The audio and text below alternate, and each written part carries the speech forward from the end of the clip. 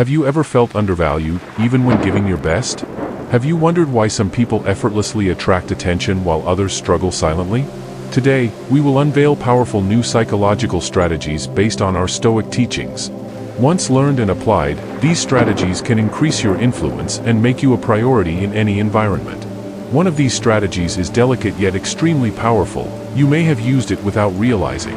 By adopting the Stoic perspective, you not only gain a deeper understanding of the human psyche but also learn to harmoniously change dynamics in your conversations, meetings, and even seemingly simple everyday interactions. Please stay with me until the end, as each strategy, each element of this puzzle, improves the next. If you are seeking personal development, take a moment to activate the notification button and subscribe. It is essential to approach these strategies as tools for understanding human behavior and navigating social dynamics ethically, prioritizing influence and awareness. Let's discover together how to prioritize yourself. Have you ever noticed how some people command an environment without saying a word? Their mere presence demands respect. This aura, this magnetism, stems not from external factors but from an intrinsic belief in their own worth, the fundamental basis of influential power. It is not about seeking validation from others but about undeniably prioritizing oneself, an age-old concept that often gets lost in our relentless pursuit of external affirmation. You have power over your mind, not external events. Recognize this, find strength, as Marcus Aurelius said. These words call us to look within, recognizing and nurturing our own value, inadvertently projecting an aura of self-confidence. It's not about inflated arrogance but a clear self-awareness, acknowledging your value, skills, and potential. When you value and prioritize yourself, the world unconsciously reflects that feeling. As you embark on this journey of self-love, crucially understand that it doesn't mean ignoring others or becoming egocentric. It's about balance. Just like the principle of reciprocity flourishes in genuine gestures, self-love develops from authentic introspection and respect. By investing time and energy in yourself through learning, self-care, or setting boundaries, you signal your value to the universe.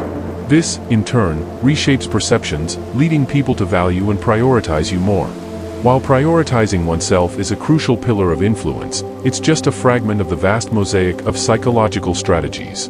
As we approach the next strategy, await a technique promising to master emotional tides, turning adversaries into allies. Cultivate an air of mystery. Humans are naturally drawn to the unknown, to enigmas waiting to be unraveled. By maintaining an element of mystery about yourself, you encourage others to seek you out, to discover what lies beneath the surface. It's not about being distant or reserved but choosing what to reveal and when, a delicate balance of sharing enough to engage but withholding enough to intrigue.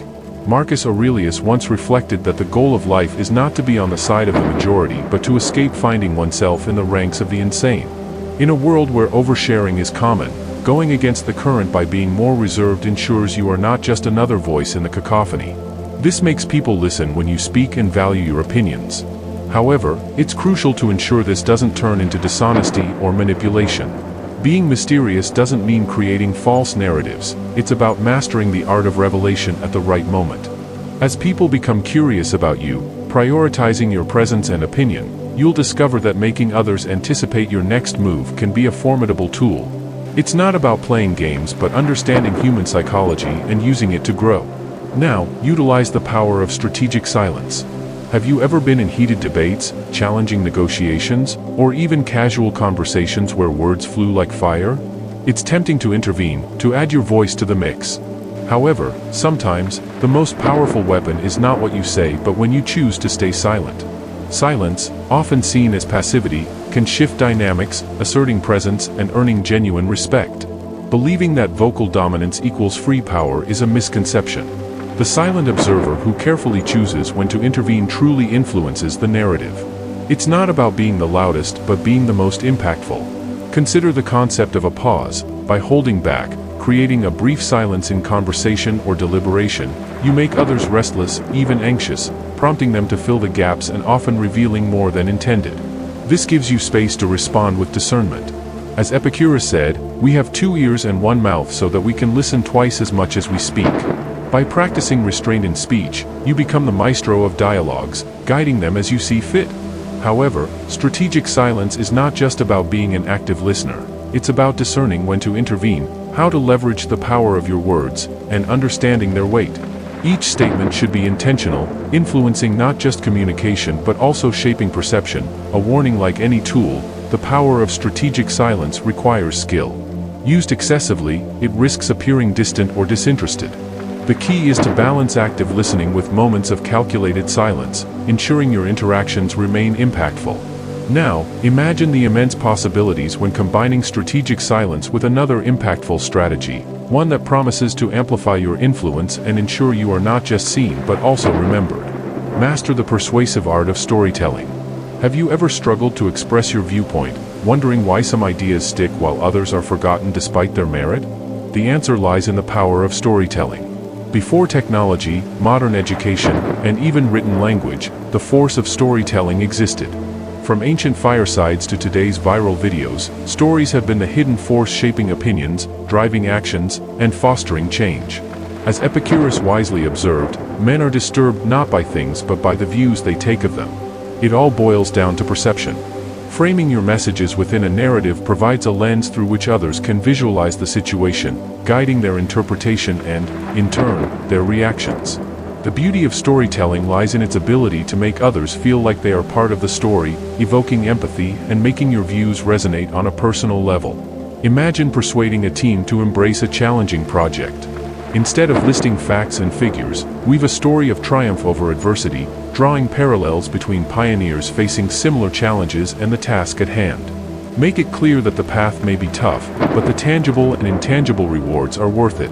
Suddenly, the project is not just another task, it's a noble quest, and who wouldn't want to be the hero of their own story? However, harnessing the power of stories requires authenticity. People can sense when a narrative is motivated or when its sole purpose is manipulation. The goal is to find genuine connections, real parallels, and true emotions. This, combined with the art of storytelling, forms an unbeatable combination, ensuring that your voice is not just heard but also remembered. As captivating as stories can be, they are just one piece of the puzzle. Our next strategy delves into a principle deeply rooted in human nature, one that, if ignored, can open doors once considered locked. Apply the principle of reciprocity. Think about the last time a small gesture brightened your day, a simple favor from a colleague, a surprise coffee from a friend, or an unexpected compliment. These seemingly insignificant moments often linger in our memories because they tap into a powerful force in the human psyche, the urge to reciprocate. As Seneca wisely taught, capturing the essence of reciprocity beautifully, by offering value, insights, or even simple favors without expecting immediate returns, you sow the seeds of goodwill. Over time, these seeds blossom into a network of individuals inclined to support and prioritize you. They may not even realize why they feel compelled to reciprocate, but this invisible bond forged by genuine acts of generosity works in your favor. However, caution should guide this strategy. There's a fine line between genuine gestures and manipulation.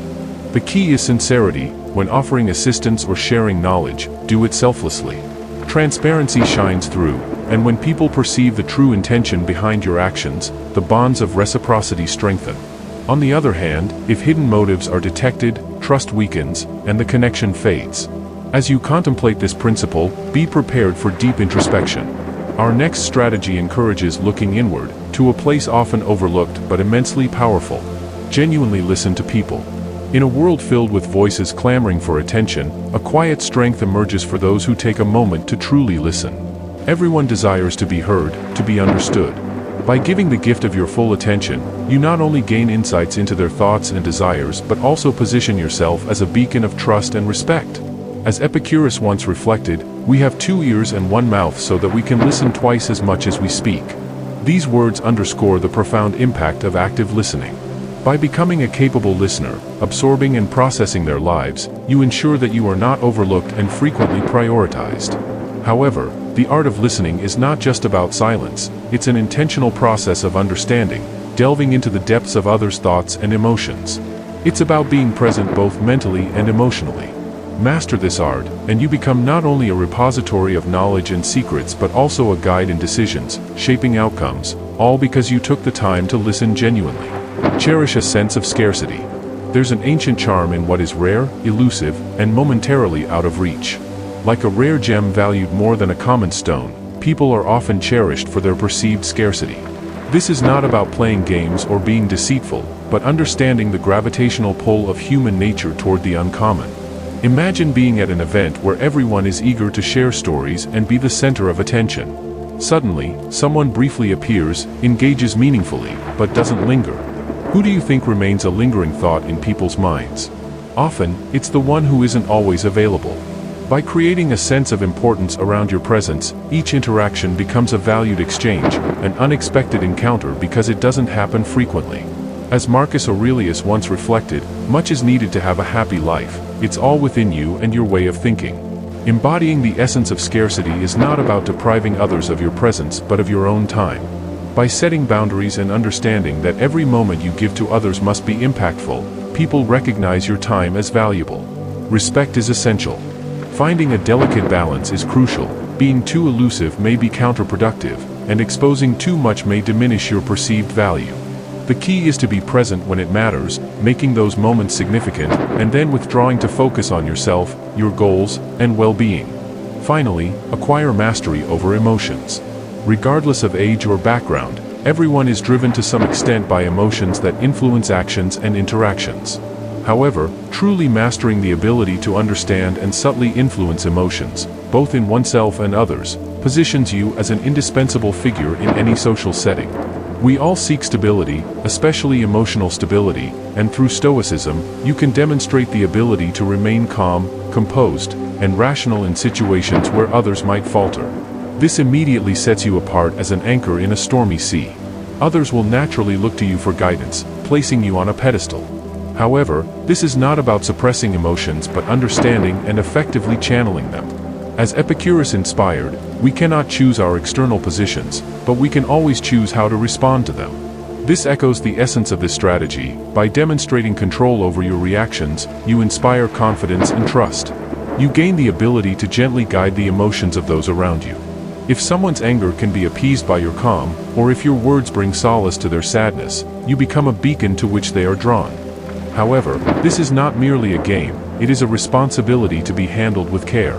Beyond exuding calmness, learn to read the emotional subtexts of a room, recognize unexpressed feelings, and respond to them. You'll witness people becoming more receptive to you, not because you are manipulating but because you understand and resonate with their core.